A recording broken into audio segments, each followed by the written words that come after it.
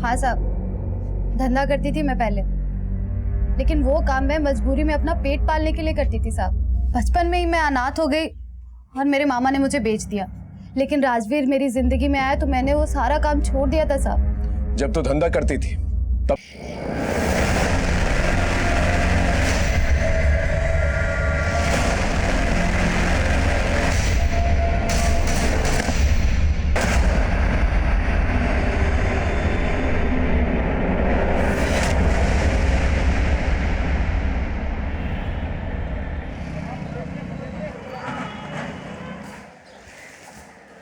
अरे खुल जा, अबे खुल जाना। अरे अली बाबा खुल जा सिम सिम। अबे खुलता क्यों ना भूतनी के।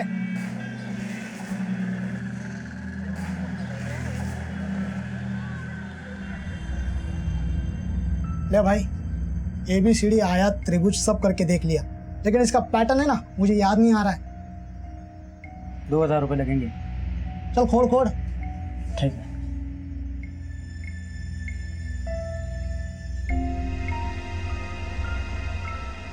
ले भाई, खुल गया, खुल गया। हाँ, और ये है पैटर्न।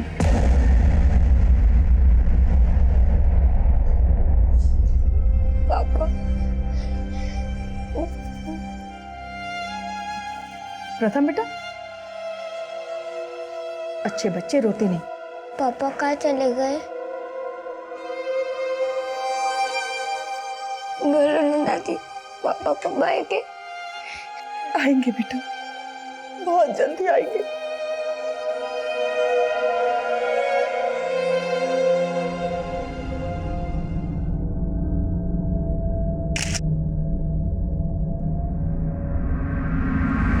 सर सुदेश बत्रा के मोबाइल का IMEI नंबर ट्रैकिंग पे था।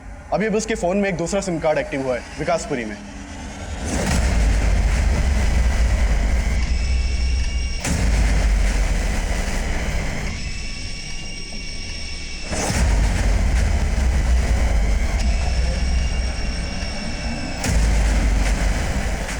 क्या हो रहा है?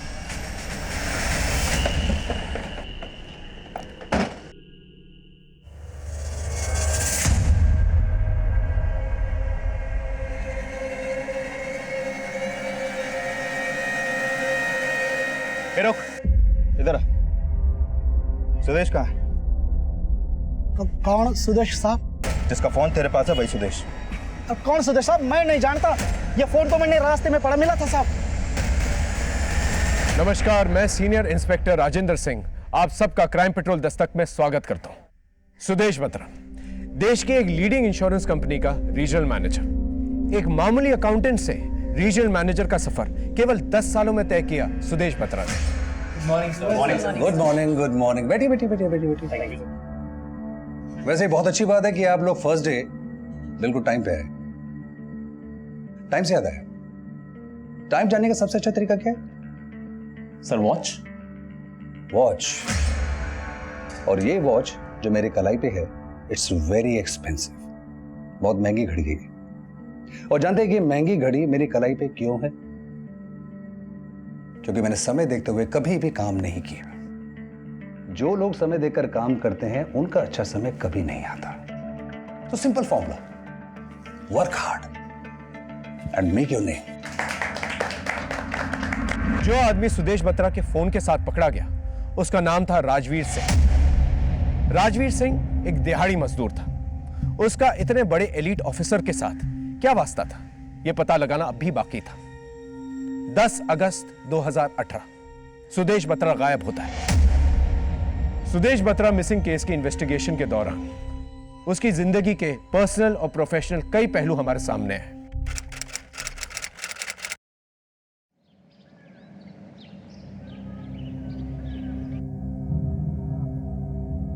सुदेश, ये क्या, चाय ठंडी हो रही है और तुम पेपर में लगे हुए हो? हाँ, आवाज कान में नहीं जाती ना? कान मरोड़ू क्या? हाँ, शुक्र है भैया, आपके तो सिर्फ कान मरोड़े जा रहे हैं, हमें तो माँ की मार पड़ती थी।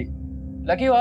गुड मॉर्निंग पापा, गुड मॉर्निंग दादी, गुड मॉर्निंग चाचा। ओए, गुड मॉर्निंग की दुकान तैयार क्यों नहीं हो अभी तक? स्कूल नहीं जाना क्या? मम्मी मुझे प्रदीप मामा के घर पे ले जाने वाली है।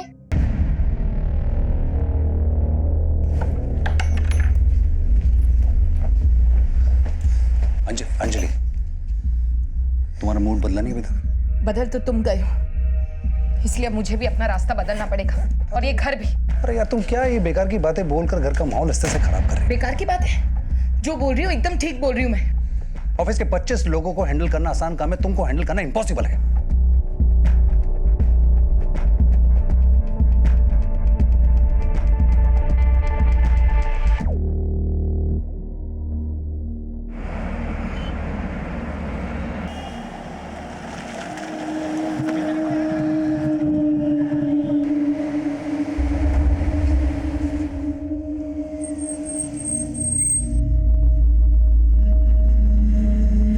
गुड मॉर्निंग साहब। Good morning.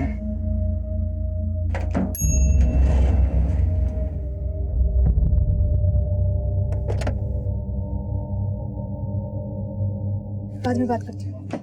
Good morning. Good morning. Good morning. Sudesh, good morning. Sudesh, देखा तूने? डीएनपी के 20 कलीग्स इन्वॉल्व थे स्कैम में, और उनके शेयर्स तो रोजाना गिर रहे हैं। लेकिन हमारे शेयर तो बढ़ रहे हैं ना। इट्स बेटर कि हम अपने काम पे फोकस करें। Get back to work. Madhu, आज का शेड्यूल लेके आओ।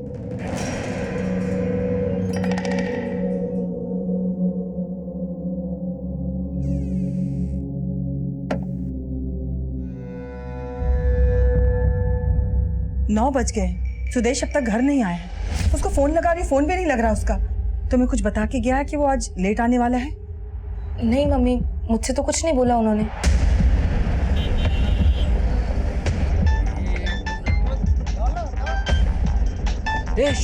माँ का फोन आ रहा है। हेलो।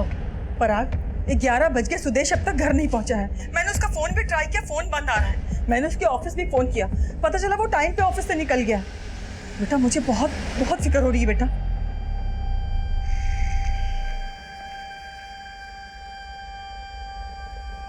ये 12 बज गए, अब तक कहाँ?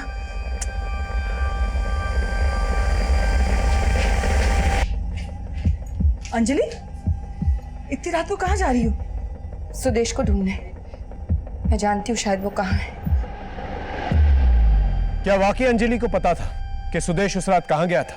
यह सवाल हमारी इन्वेस्टिगेशन का हिस्सा बनने वाला था, क्योंकि जब अंजलि ने मिसिंग कंप्लेंट लिखवाई थी तब उसने कहा था उसे बिल्कुल अंदाजा नहीं है सुदेश उस रात कहां गया था, और ना ही किसी पे शक जताया था। 10 अगस्त 2018 की रात को सुदेश बत्रा की तलाश शुरू कर दी गई।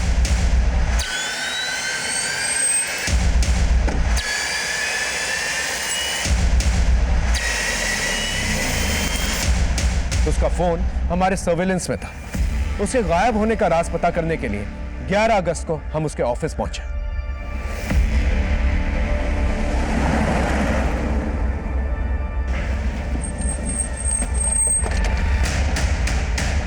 राणा सर। पूछताछ करो, मैं ऊपर देख के आया। सर।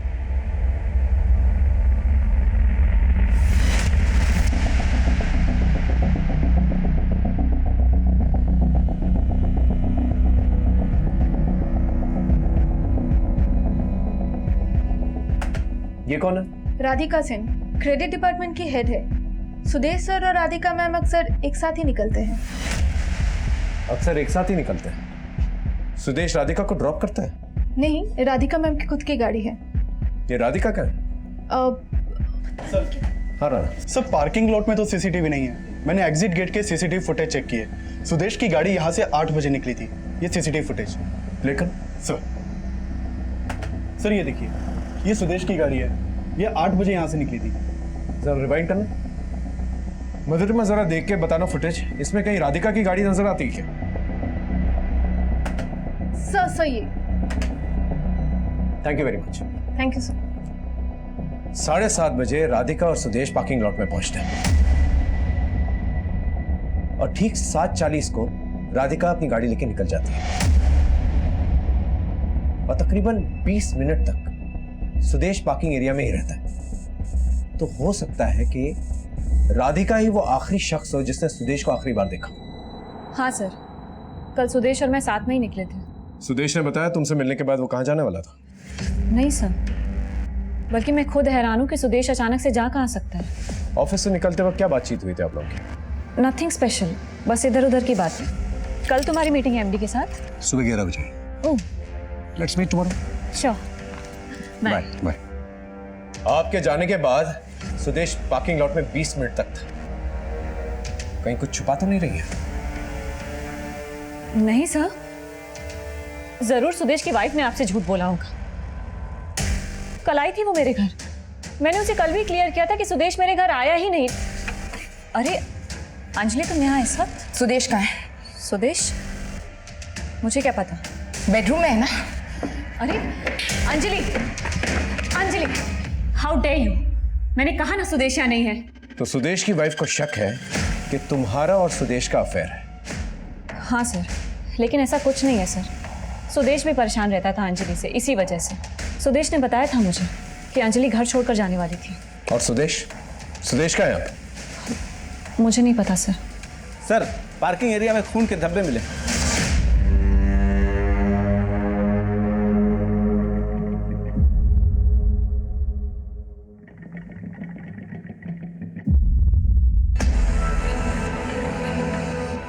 ये देखिए सर।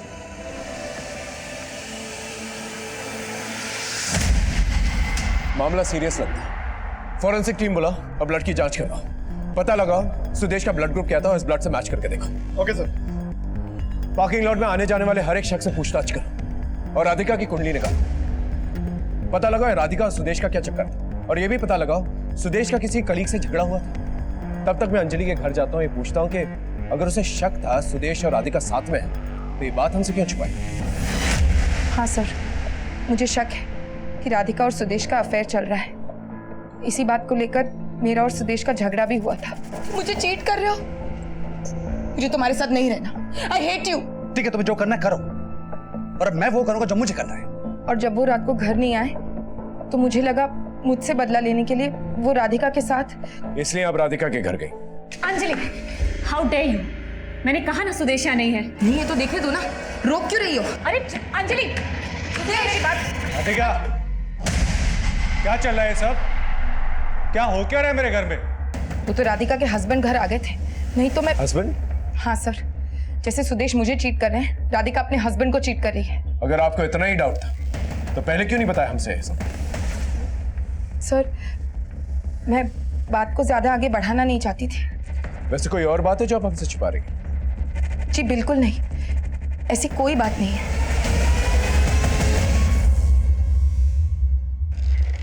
सर, मैंने सुदेश के ऑफिस में काम करने वाले सभी लोगों से बात की, लेकिन सबका यही कहना है कि उन्होंने कुछ भी सस्पिशियस नहीं देखा। और मैंने सुदेश के कॉल रिकॉर्ड भी चेक किए। उसका फोन कल रात उसके ऑफिस वाले एरिया में 7:55 को ही बंद हो गया। सुदेश और राधिका ऑफिस से 7:30 बजे निकलते। ठीक 7:55 पे सुदेश का फोन ऑफ होता है और ठीक 8 बजे उसकी गाड़ी पार्किंग लॉट से निकलती और उसके बाद पार्किंग लॉट में ये खून के धब्बे। क्या कनेक्शन हो सकता है? सर, सुदेश के कॉल रिकॉर्ड में तो कुछ भी सस्पिशियस नहीं मिला है, लेकिन हाँ, एक बात जरूर पता चली है कि सुदेश और राधिका के बीच अक्सर फोन पर काफी बातें होती थी। ये देखिए सर, वो भी देर रात तक। पर राधिका का कहना है कि वो सुदेश से किसी प्रोजेक्ट को लेकर बात करती थी। और दूसरी ओर अंजलि को लगता है कि सुदेश राधिका के साथ था उस रात। हो सकता है जो अंजलि ने ना देखा राधिका के पति ने देख लिया सुदेश को अपने बेडरूम में। सर, मुझे लगता है सुदेश के गायब होने का कनेक्शन राधिका के घर से ही मिल सकता है।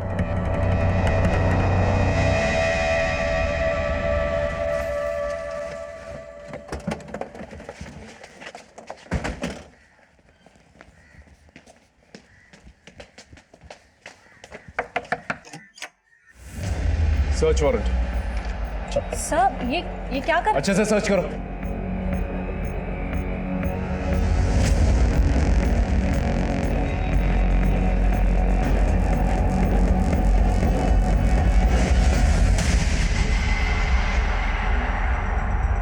राधिका के घर पे हमें कुछ सस्पिशियस नहीं मिला जो सुदेश की मौजूदगी साबित कर सके। पार्किंग एरिया में जो ब्लड हमें मिला था वो ब्लड सुदेश के ब्लड ग्रुप से मैच करता था, लेकिन अब भी किसी नतीजे पे पहुंचना संभव नहीं था। अब तक की इन्वेस्टिगेशन में सुदेश की पर्सनल लाइफ सामने आई थी, लेकिन अब भी प्रोफेशनल लाइफ के गड़े मुर्दे उखड़ने बाकी थे। जिस दिन सुदेश गायब हुआ था उसके अगले दिन ही उसकी अपनी कंपनी के एमडी से एक इंपॉर्टेंट मीटिंग थी। ये मीटिंग डीएनपी बैंक में हुए 2000 करोड़ के स्कैम के बारे में थी। जिस तरह से डीएनपी का रीजनल मैनेजर ये स्कैम के बाहर आने से पहले ही अंडरग्राउंड हो गया था, क्या उसी तरह सुदेश भी गायब हुआ था?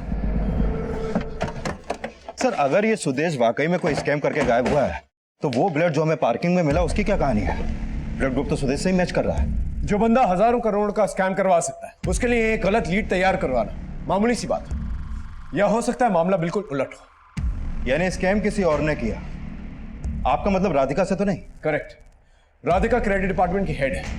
उसने शायद किसी को गलत लोन दिया और इस बात की भनक सुदेश को पड़ गई और इसलिए उसे गायब कर दिया गया। सर सुदेश बत्रा के मोबाइल का IMEI नंबर ट्रैकिंग पे था। अभी अब उसके फोन में एक दूसरा सिम कार्ड एक्टिव हुआ है, विकासपुरी में। एक ही रुपये अटका पड़ा है कि उसे सुदेश का मोबाइल विकासपुरी के पास कहीं पड़ा मिला। और सर राजवीर के पास से एक और मोबाइल और 16,900 रुपये भी मिला है। साहब माना कि वो फोन मेरा नहीं है, लेकिन पैसे तो मेरे हैं ना साहब। वो फोन तो मुझे रास्ते में पड़ा मिला साहब, लेकिन पैसे मेरे कमाई के साहब, चोरी ना किया मैंने। साहब अच्छा, क्या धंधा करता है? कुछ भी कर लेता हूँ साहब, जैसे कि पेंटिंग करना हो या माल यहाँ से वहाँ ले जाना हो, कुछ भी कर लेता हूँ साहब। साहब गरीब आदमी का बैंकों में पड़ा पैसा बड़े बड़े लोग उठा के ले जाते, उन्हें कोई नहीं धरता, लेकिन मैंने जमीन से पड़ा फोन क्या उठा लिया, आपने मुझे धर लिया साहब। साहब माँ कसम साहब, अगर मेरा फोन भी जमीन पर गिर जाए ना तो भी ना उठाऊं मैं इसके आगे साहब। नौटंकी नहीं। ये नौटंकी ना है साहब, दिल रो रहा है मेरा साहब, मेरा विश्वास करो साहब। मैंने कुछ नहीं किया साहब, मैंने कुछ नहीं किया। आप चाहो तो मैं आपको वो जगह भी दिखा देता हूँ जहाँ पे वो फोन मिला साहब।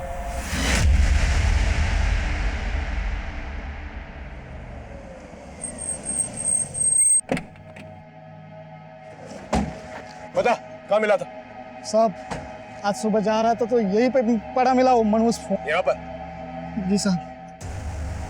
यहाँ इतने लोग आते जाते हैं, किसी को फोन दिखाई नहीं दिया, सिर्फ तुझे ही दिखाई दिया। हमारी किस्मत खराब थी साहब, जो आपकी मार खाने वास्ते ये मनोज फोन उठा लिया मैंने साहब। पैर पड़ता हूँ साहब, मरने जाने दो साहब। मेरी बीवी घर पर इंतजार करती होगी, फैमिली वाला आदमी हो साहब, जान दो।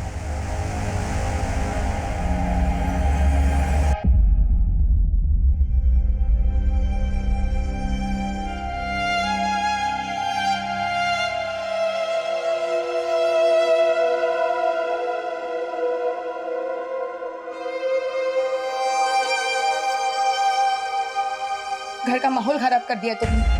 मुझे तुम्हारे साथ नहीं रहना। I hate you. ठीक है, तुम्हें जो करना करो, और अब मैं वो करूंगा जो मुझे करना है।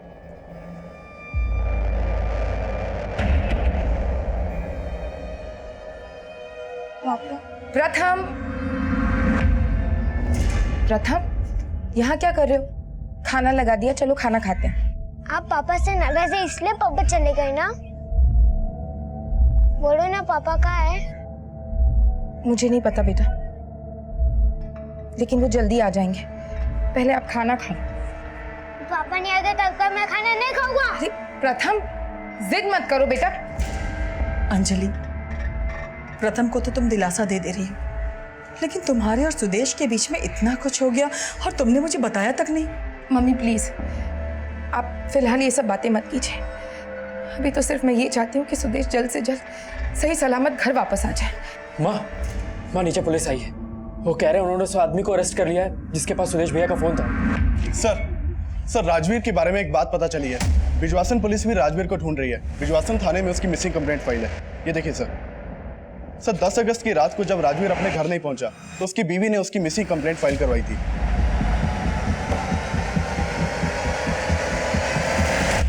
सुदेश के फोन की कहानी तो तूने सुना था, अब अपने मिसिंग होने की कहानी सुनो। दरअसल 10 अगस्त को साहब हमारा डिम्पल के साथ झगड़ा हो गया था साहब। डिम्पल हमारी बीवी साहब। सुदेश की तरह इसकी भी बीवी के साथ झगड़ा हुआ था। क्या झगड़ा हुआ था?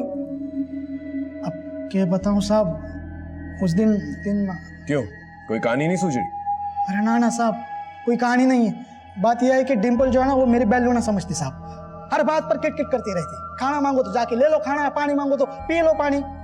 उस दिन ज्यादा गुस्से में आ गए साहब, इसलिए झगड़ा कर निकल लिया वहां से। और जानबूझकर साहब मैंने अपना फोन बंद कर दिया ताकि मेरे बिना हमारी फिक्र हो उसको, और वही हो गया साहब। मेरे जाने के बाद हमारी फिक्र हुई उसको, इसलिए तो उसने रपट लिखवा दी साहब। मैंने जाने दो साहब, घर पे डिम्पल मेरा इंतजार करती होगी साहब, जाने दो। बेटा तू जितना ऊपर है ना उतना नीचे भी अच्छी तरह से समझना है हम लोग। 10 अगस्त को जानबूझ के फोन बंद किया था ना ताकि सुदेश को उठा सके, और मिसिंग कंप्लेंट का भी आइडिया तेरा ही था। तेरी बीवी भी इन्वॉल्व है ना इसमें।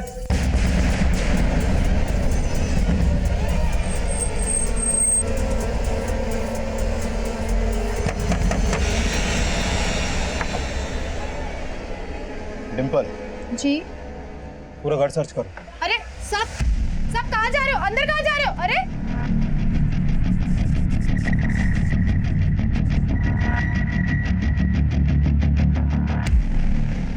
ये बात कर रहे हो साहब? अगर राजवीर घर पर होता तो मैं उसकी रपट क्यों लिखवाती? मेरा घर क्यों ऊपर नीचे करने पे लग रहे हो आप? इतना भोली मत बन डिम्पल, हम सुदेश को ढूंढ रहे हैं और तुम दोनों का यही प्लान था ना कि पहले राजवीर सुदेश को गायब करेगा और फिर तू राजवीर की मिसिंग कंप्लेंट दर्ज करवाएगी ताकि हमारा शक उस पे न जाए। अरे कौन सुदेश? सर यहाँ कोई नहीं मिला, शायद सुदेश यहाँ आया ही नहीं था।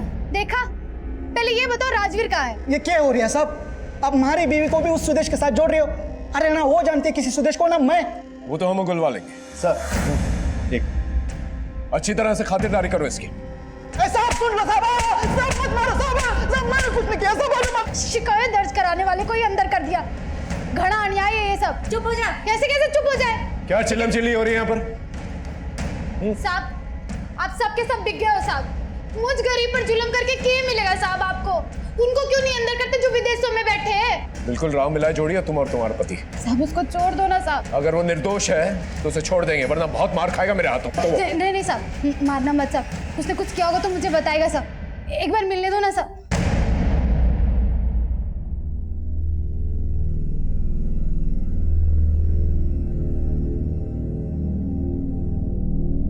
डिम्पू 5 मिनट है तेरे पास, जो बात करनी है कर ले। क्या भसड़ मचा रखी है तन्ने? पहले मेरे गहने गायब कर दिए, अब आदमी गायब कर दिया। अरे बस कर डिम्पू यार, बस कर। तन्ने के लागे से मैं ऐसा कुछ कर सकता हूँ क्या? मारी मती मारी गई थी, जो रास्ते में पड़ा वो फोन मैंने उठा लिया और फंस गया यार। लेकिन इन लोगों ने मैंने बहुत मारा डिम्पू, बहुत मारा मैंने यार। मैंने कुछ ना किया है डिम्पू, तारी कसम मैंने कुछ ना किया। रोता क्यों? रो मत। हमने कुछ ना किया ना, हमें कुछ ना होगा। I love you Dimpu, I love you यार। हमें दोनों मियां बीवी पे शक था, लेकिन उनका कोई कनेक्शन सुदेश से नहीं मिल पा रहा था। और तभी सुदेश की गाड़ी नजफगढ़ में मिली और गाड़ी मिलने के बाद यह साफ हो गया कि सुदेश के साथ कुछ भयानक हुआ था।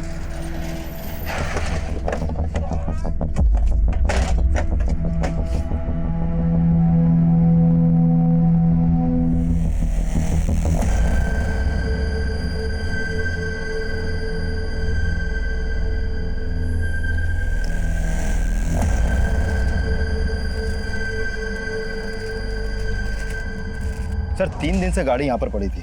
आसपास के लोगों को शक हुआ तो उन्होंने लोकल पुलिस को इन्फॉर्म किया। गाड़ी में खून के धब्बे और ये चाकू।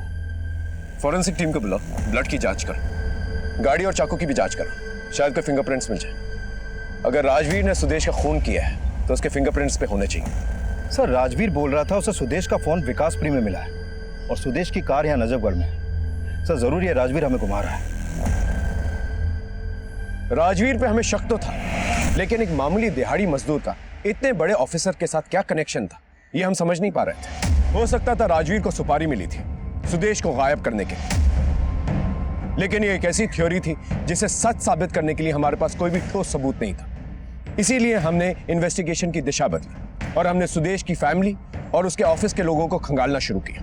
सुदेश एक जिम्मेदार बेटा था और अच्छा पिता भी, लेकिन उसकी बीवी अंजलि के साथ उसका रिश्ता ठीक नहीं था। अंजलि पे हमें शक था। राधिका और मेहुल भी हमारी रेडार में थे, लेकिन जैसे जैसे इन्वेस्टिगेशन आगे बढ़ती गई हमें पता लगा कि सुदेश के ना चाहने वाले उसके ऑफिस में कम नहीं थे। ये क्या है सचिन, तुम्हारे टारगेट्स पूरे क्यों नहीं हो रहे? सर मैंने 200 से भी ज्यादा क्लाइंट्स को कॉल किए हैं, 4 बार किए हैं सर।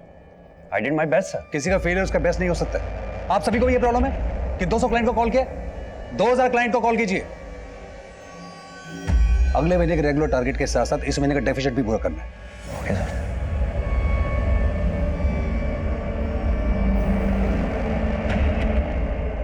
सुदेश चाहता था कि हर एम्प्लॉय उसको अपना 100% दे और कभी कभी इसी चक्कर में थोड़ा सा ओवर रिएक्ट करता था। पर मेरे हिसाब से वो एकदम सही करता था। बॉस अगर बॉस की तरह बिहेव ना करे और इजीली सेटिस्फाई हो जाए तो ग्रोथ कैसे होगी कंपनी की? लेकिन सर परफॉर्मेंस प्रेशर की वजह से काफ़ी एम्प्लॉय ज्वाइन करने के कुछ महीने बाद ही जॉब छोड़ दिया करते थे। हमने सुदेश से बात भी की थी इस बारे में। गौरव तुम समझ नहीं रहे, मार्केट में इतना कंपटीशन है, अगर हम अपने स्टैंडर्ड रेज नहीं करेंगे तो हमारी कंपनी ग्रोथ कैसे करेगी? और जो कंपनी में अच्छा काम करते हैं हम उसे इंसेंटिव देते हैं, वो सब प्रॉब्लम। लेकिन सुदेश एक चंक ऐसा भी है जो रिजाइन कर रहा है, हमारे यहाँ ट्रेनिंग लेता है, स्ट्रेटेजी सीखता है और जाके दूसरी कंपनी ज्वाइन कर लेता है। इससे नुकसान हमारा ही है, प्लस कंपनी की इमेज खराब हो रही है। उनको ऐसा लगता है कि हमारा वर्किंग एनवायरनमेंट बहुत स्ट्रेसफुल है। हाँ तो ठीक है ना, ऐसे लोग ही यहाँ पर अप्लाई करेंगे जो स्ट्रेसफुल माहौल में काम कर सकते हैं, जिसको झेल सकते हैं। सर जो लोग प्रेशर झेल नहीं पाए वो खुद ही जॉब छोड़कर चले गए और कुछ लोगों को सुदेश ने निकाल दिया। अब ऐसे लोगों को सुदेश से कुछ ना कुछ शिकायत तो होगी ही, बट आई डोंट थिंक कि सुदेश की कभी भी किसी से कोई पर्सनल दुश्मनी रही होगी। मुझे इस कंपनी के उन सभी एम्प्लॉयज की डिटेल चाहिए जो जॉब से निकाले गए, और उनकी भी जिन्होंने खुद जॉब छोड़ी। सर सुदेश सर टारगेट को लेकर स्ट्रिक्ट तो थे, पर उतना ही जेनरस भी। इनफैक्ट लास्ट ईयर पूरे स्टाफ को डबल बोनस अनाउंस किया था उन्होंने, और इस साल तो बोनस ट्रिपल करवाने का प्रपोजल देने वाले थे वो। इनफैक्ट वो अपने एम्प्लॉयज को खुश रखने में कोई कसर नहीं छोड़ते थे। आप भी खुश थे उनसे? जी, मैं भी बहुत खुश थी। इनफैक्ट सुदेश सर बहुत ही अच्छे बॉस हैं। इस मधुरिमा के भी कुंडली निकालो, बहुत तारीफ करी अपने बॉस सुदेश की। ये सुदेश की पर्सनल असिस्टेंट थी, तो हो सकता है पर्सनल रिलेशन भी डेवलप हुए हैं दोनों के बीच में। Okay sir.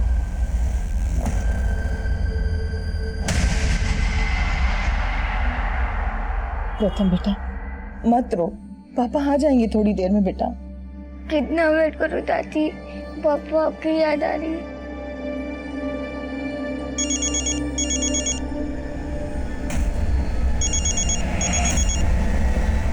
हेलो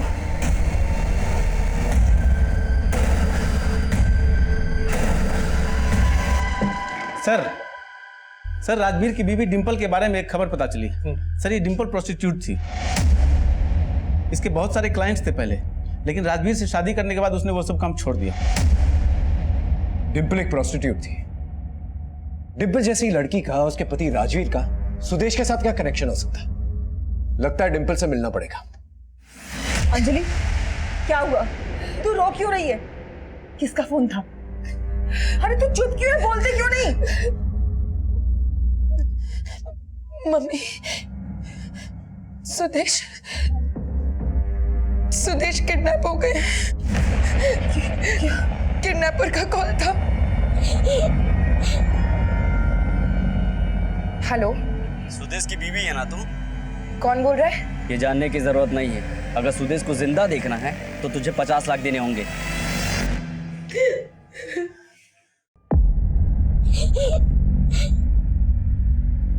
हाँ साहब, धंधा करती थी मैं पहले, लेकिन वो काम मैं मजबूरी में अपना पेट पालने के लिए करती थी साहब। बचपन में ही मैं अनाथ हो गई और मेरे मामा ने मुझे बेच दिया। लेकिन राजवीर मेरी जिंदगी में आया तो मैंने वो सारा काम छोड़ दिया था साहब। जब तो धंधा करती थी तब तो सुदेश आया होगा तेरे पास। कौन सुदेश साहब? मुझे नहीं मालूम। मेरे लिए तो सब कुछ राजवीर ही है। बहुत प्यार करता है राजवीर मुझसे साहब। मुझसे शादी करने के लिए उसने अपने बाप तक से बगावत कर दी थी। उसका बाप कहाँ है? पता नहीं साहब। मुझसे शादी करने के बाद राजवीर के माँ बाप ने उससे सारे रिश्ते नाते तोड़ दिए साहब। जिस आदमी ने मुझे उस दलदल से निकाला, जिसने मुझसे शादी तक की साहब, वो इतना बुरा काम नहीं कर सकता साहब। सर जिन एम्प्लॉयज ने सुदेश की लीडरशिप में रिजाइन किया उनमें से ये नीरज दहिया भी है। सर ये नीरज और सुदेश कभी बहुत अच्छे दोस्त हुआ करते थे। 2 साल पहले ये दोनों ही रीजनल मैनेजर के दावेदार थे, लेकिन कंपनी ने चुना सुदेश को।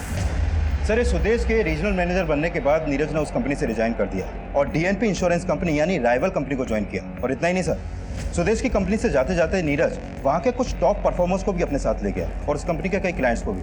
उसके बाद सुदेश को पता चला कि नीरज के अप्रूवल पर 5 करोड़ का लोन सैंक्शन हुआ था, वो भी फेक डॉक्यूमेंट्स पर, और जिसको लोन दिया गया था वो फरार था। ये क्या है राधिका, तुमने ये देखा कैसे नहीं? क्रेडिट डिपार्टमेंट की हेड हो तुम, प्रॉपर पेपर वर्क के बगैर ये लोन सैंक्शन हुआ कैसे?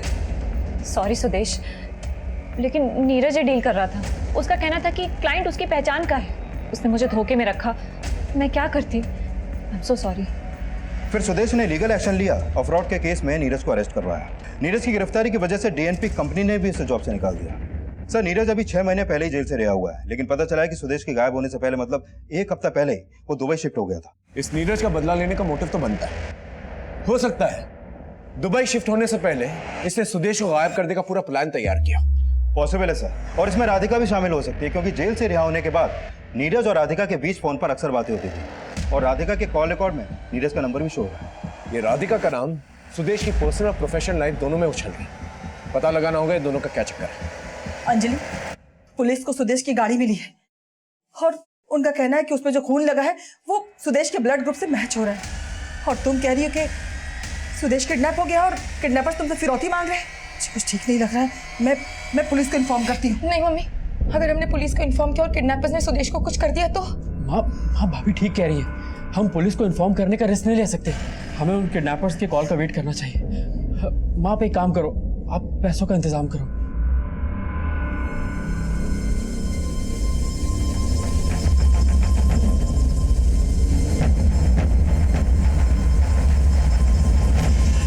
सुदेश की बीवी का कहना है कि सुदेश का अफेयर था तुम्हारे से। फिर ये नीरज का क्या चक्कर है? आप ऐसे ही मेरे कैरेक्टर पे उंगली नहीं उठा सकते। उंगली तो पहले से उठ रही है मैडम आप पर।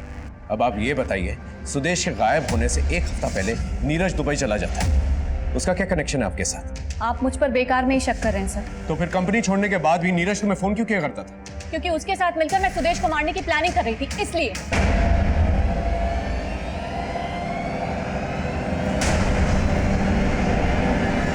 यही सुनना चाहते थे ना आप? लेकिन ऐसा कुछ नहीं है सर। नीरज मुझे कॉल करता था, मैंने कभी उसे सामने से कॉल नहीं किया। आप चाहे तो इन्वेस्टिगेट कर सकते हैं।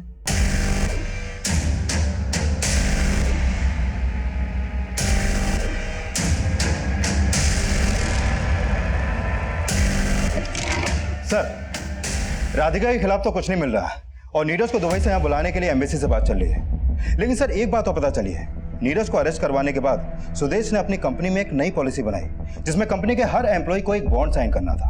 कैसा बॉन्ड? अगर कंपनी का कोई भी एम्प्लॉय जॉब छोड़ के जाता है तो वो कंपनी के किसी भी एम्प्लॉय या किसी भी क्लाइंट को अपने साथ नहीं ले जा सकता, ताकि एम्प्लॉय कंपनी छोड़ने की हिम्मत ही ना करे। Right sir. कंपनी के कई एम्प्लॉयज को बॉन्ड का आइडिया अच्छा नहीं लगा सर। और सर ये भी पता चला है कि इसी दौरान उसी कंपनी में काम करने वाले अक्षय और गौरव को भी बाहर से जॉब के काफी अच्छे ऑफर आए, लेकिन इस बॉन्ड के चलते ये लोग जॉब स्विच नहीं कर पाए। सर सुदेश की गाड़ी में जो चाकू मिला था उस पर किसी के फिंगरप्रिंट के निशान नहीं मिले, लेकिन सुदेश की गाड़ी की सीट पे जो उंगलियों के निशान मिले थे वो राजवीर के फिंगरप्रिंट से मैच करते हैं।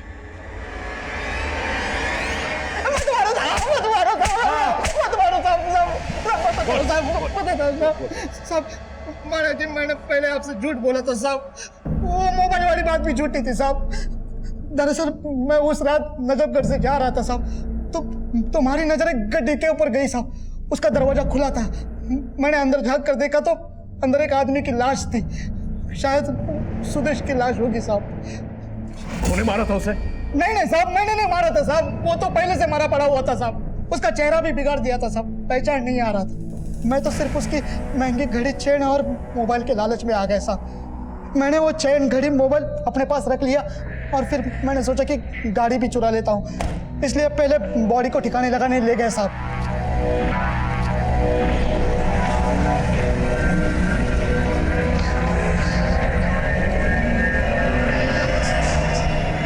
साहब बाद में मैंने जो है ना वो गाड़ी चुराने का आइडिया ड्रॉप कर दिया साहब, क्योंकि उसमें खून लगा था।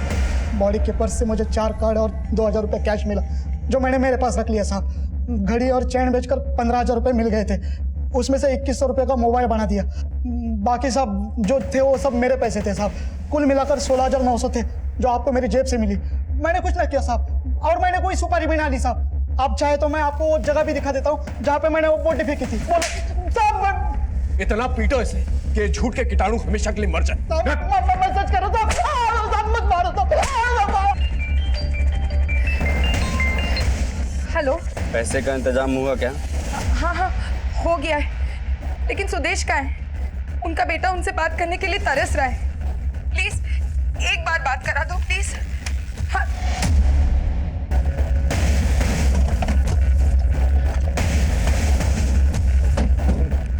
बता साहब, यही फेंकी थी मैंने वो लाश। आसपास देखो।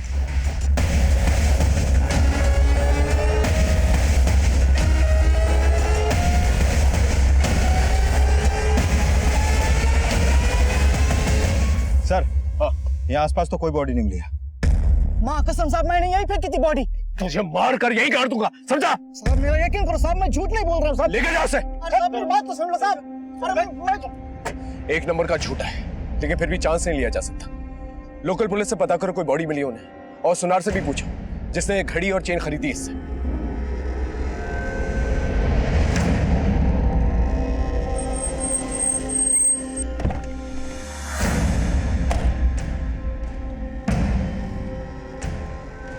वो सुनार ने मान लिया था कि राजवीर से उसने 15,000 रुपए देकर वो घड़ी और चेन खरीदी थी, लेकिन नरेला पुलिस ने बताया कि उन्हें उस डंप एरिया में कोई लाश नहीं मिली थी।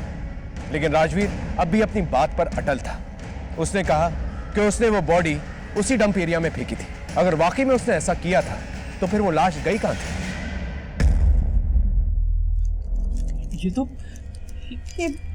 ये मेरे बेटे सुदेश की है। क्या हुआ सुदेश को? देखिए, फिलहाल हमें कोई लाश नहीं मिली है, लेकिन जिस आदमी के पास सुदेश का फोन बरामद हुआ था उसने कहा उसे गाड़ी में एक लाश मिली थी, लेकिन उसका चेहरा इतना बिगड़ा हुआ था कि उसे पहचानना बहुत मुश्किल था, और वहीं पर ये सारी चीजें मिली। लेकिन जब हम उस जगह पर पहुंचे वहां कोई लाश नहीं थी। अब पूरे दावे के साथ तो नहीं कह सकते हैं, लेकिन हो सकता है कि राजवीर ने सुदेश को मारा।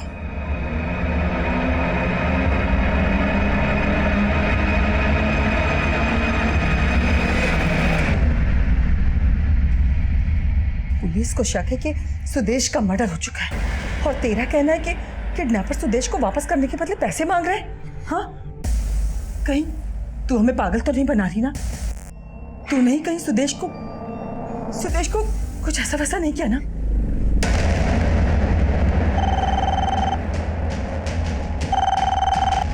हेलो,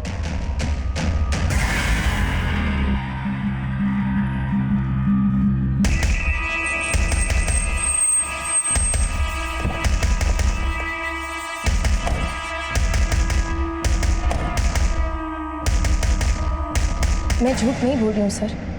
किडनैपर का कॉल आया था, मैं डर गई थी। उन्होंने मुझे धमकी दी थी कि अगर मैंने आप लोगों को कुछ भी कहा तो वो सुदेश को। लेकिन आपके सास और देवर का कहना है कि किडनैपर्स का फोन एक नाटक है। मैं जानती हूँ सर, मम्मी को मेरी बातों पर भरोसा नहीं है, लेकिन मैं सच कह रही हूँ। किडनैपर का कॉल आया था और उसने मुझे कहा सुदेश जिंदा है और उसके कब्जे में है। वो नंबर दीजिए जिससे किडनैपर्स ने फोन किया था। सर, राजवीर बता रहा था कि बॉडी का चेहरा पूरी तरह से बिगाड़ा हुआ था, और जहां उसने बॉडी डंप की वहां बॉडी नहीं मिली। और उस सुदेश की फिरौती का कॉल। सर, ये चक्कर कोई समझ में नहीं आ रहा है। पता करो सुदेश की बीवी ने जो नंबर दिया है वो कहाँ का है, सब समझ में आ जाए। सर,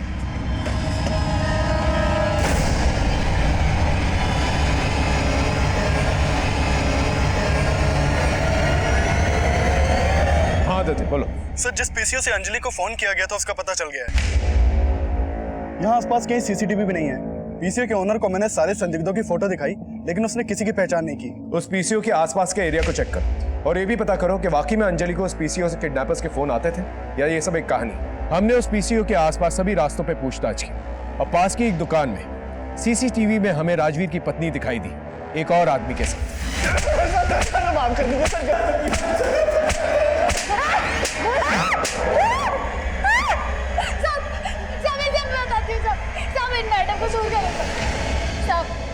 मेरा कोई हाथ ना है सुदेश को गायब कराने में।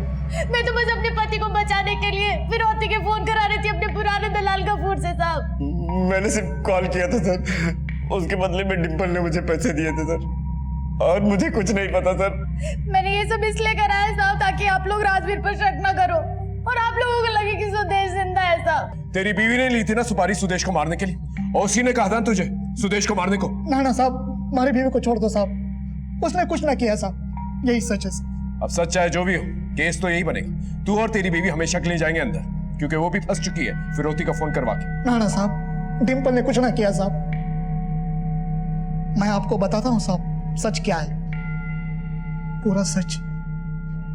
झूठ का एक भी खतरा मिला ना मुझे तो मार कर यहीं गाड़ दूंगा, समझा? बोल। साहब, मैंने ही मारा था सुदेश को। मैंने लोन पे स्कूटी ली थी साहब, डिम्पल के कहने पर। उसकी किस्त चुका नहीं पा रहा था साहब। बार बार बैंक वाले फोन करते थे और स्कूटी उठाने की धमकी देते थे, इसलिए फिर मैंने चोरी करने का प्लान बना लिया साहब। मैंने देखा कि इन बड़ी बड़ी कंपनियों में काम करने वाले लोग चलता फिरता पैसों का शौकेस है। मैंने सोचा इन लोगों को लूट कर मेरी स्कूटी की किस्त चुक सकती है। मैंने नोट किया साहब कि लूटने के लिए बड़े बड़े बिल्डिंग के पार्किंग का एरिया बेस्ट होता है, वो भी रात के टाइम में। मैं सिर्फ डरा कर लूटने वाला था साहब, इसलिए जैसे ही वो सुदेश गाड़ी में बैठा मैं उसके पीछे जाके बैठा साहब।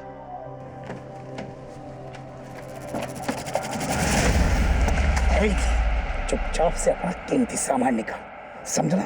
कुछ होशियारी मत करना। मेरा चाकू से उसका गला कट गया। फिर वो चिल्लाकर भागने लगा साहब।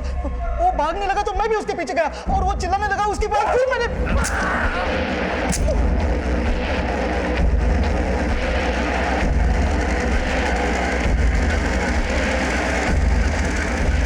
उसके बाद मैंने सुदेश को गाड़ी में डाला और पार्किंग से निकल लिया साहब।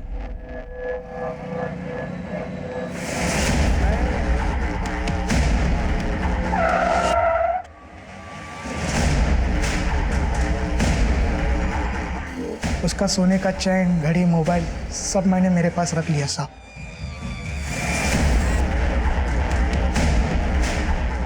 फिर उसकी बॉडी कंजवाला के जंगल में ले जाकर फेंक दी।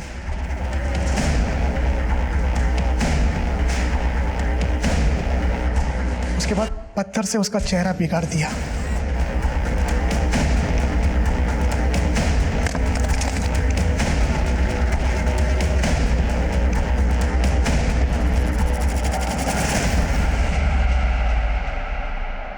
और उसकी गाड़ी नजाबगढ़ के एक सुनसान एरिया में छोड़ा है साहब।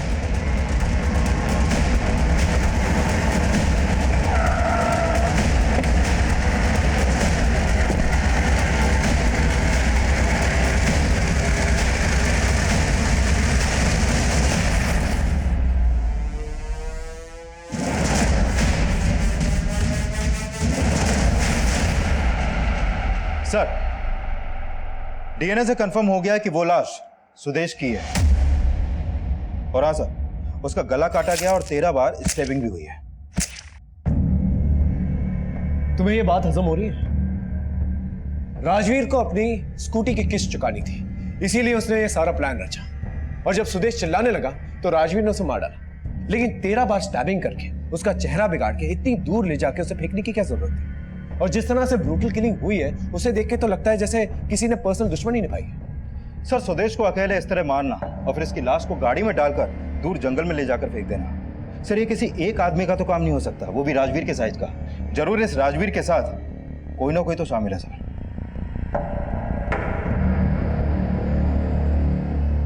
इस बार मैंने पूरा सच बोला है साहब, हमारे डिंपल की कसम साहब। मैंने ही मारा था सुदेश को, यही सच है, यही सच है साहब।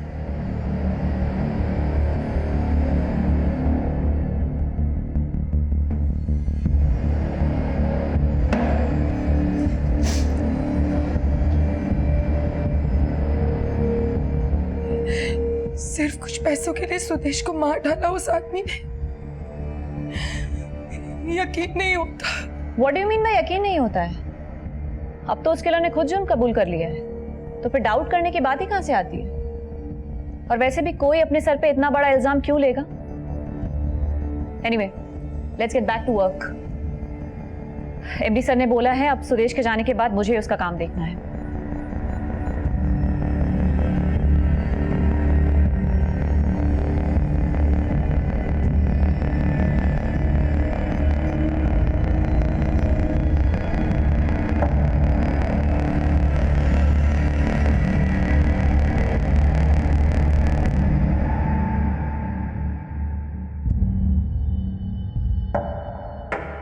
Sudesh Batra murder case solve हो चुका है। कातिल का कन्फेशन ही हमारे लिए सबसे बड़ा सबूत था। राजवीर ने कबूल किया कि वो बिजनेस कॉम्प्लेक्स में आया जाया करता था ताकि किसी अमीर आदमी को वो फांस सके और उसे अपना शिकार बना सके। लेकिन ताज्जुब की बात यह थी कि इस हाईली सिक्योर्ड एरिया में किसी ने उसे आते जाते नहीं देखा और इसी का फायदा राजवीर ने उठाया और एक पार्किंग लॉट को अपनी लूट का ठिकाना बनाया। ये नामुमकिन सी बात थी कि सीसीटीवी कैमरा पे राजवीर को किसी ने आते जाते ना देखा, लेकिन एक अनजान आदमी की ट्रेसपासिंग को पूरी तरह से नजरअंदाज किया गया और इस दस्तक को नकारा गया और अंजाम एक निर्दोष को भुगतना पड़ा।